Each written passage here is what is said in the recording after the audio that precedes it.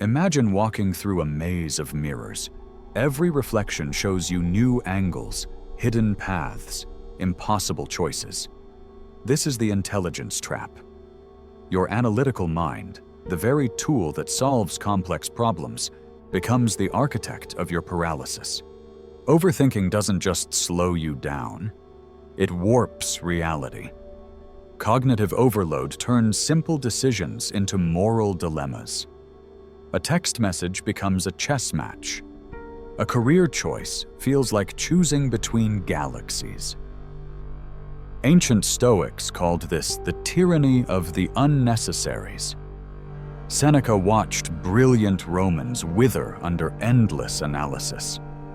2,000 years later, neuroscience confirms his observation.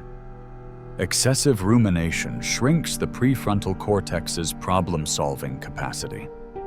By seeking perfect clarity, you drown in the details.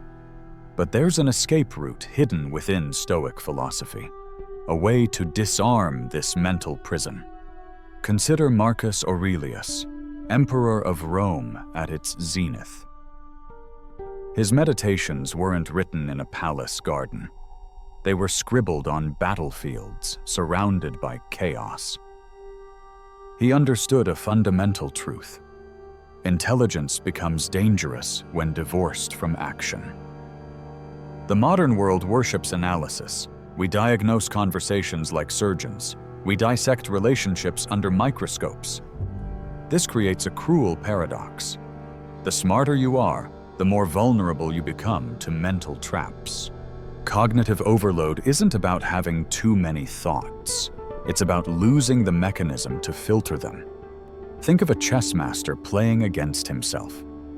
Every move has infinite countermoves. Every strategy births new vulnerabilities. Without rules, the game never ends. Stoicism offers 3 anchoring rules.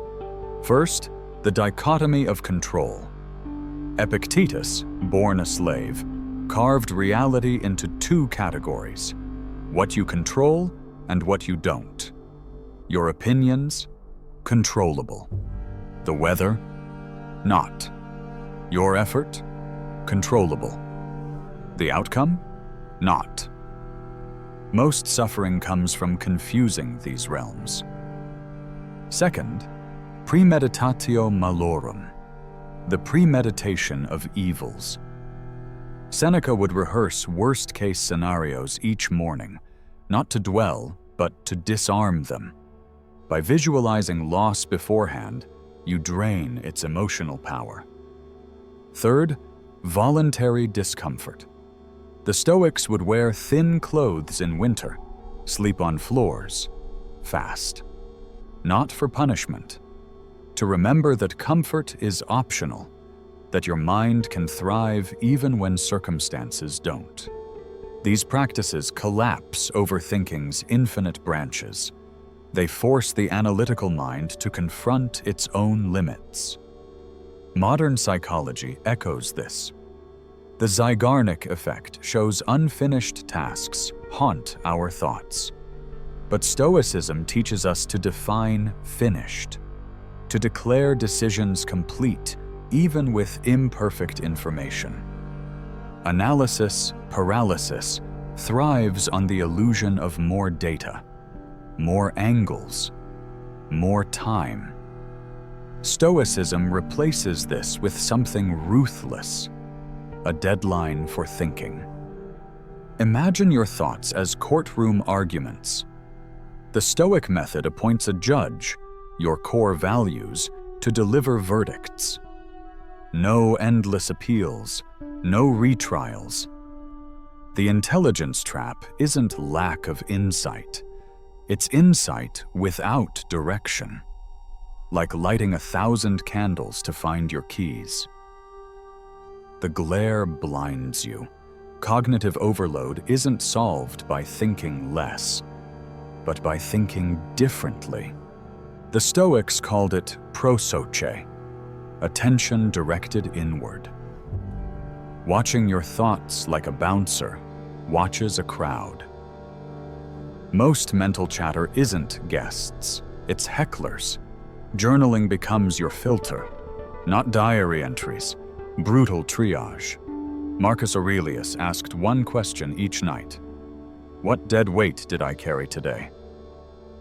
Then he'd list the unnecessary thoughts, the rehearsed arguments, the hypothetical disasters, and burn them, literally.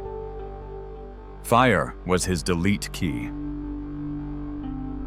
Modern life offers endless kindling for overthinking, social media comparisons, career ladders with invisible rungs. The Stoic antidote is negative visualization, not pessimism. By imagining loss of status, relationships, comfort, you inoculate yourself against fear. Your intelligence stops being a weapon against yourself. Instead of analyzing weather apps, sit under the rain. Rain can be uncontrollable, unpredictable. Cognitive overload isn't a flaw, it's a misdirected skill. Your analytical mind evolved to solve survival threats, but modern threats are often illusions, constructed by the same mind meant to protect you. This is the crux. Stoicism doesn't reject intelligence, it redirects it.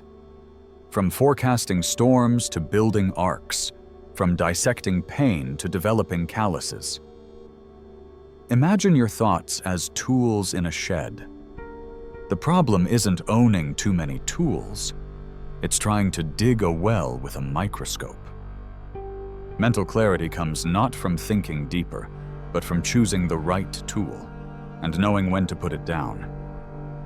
The intelligence trap isn't your mind failing, it's your greatest strength overreaching. Stoicism offers the counterintuitive fix. Constraints liberate you.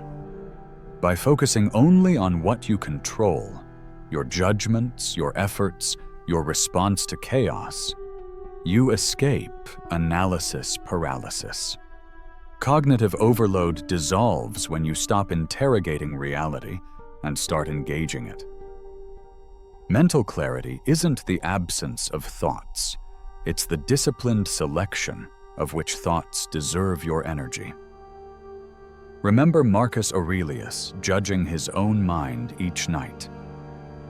The emperor who conquered the world's greatest empire first conquered his own endless analysis. Your intelligence becomes dangerous when it wanders. Anchor it to action, to acceptance, to the present moment. That's how cages become tools. If this resonated, consider subscribing. Thank you.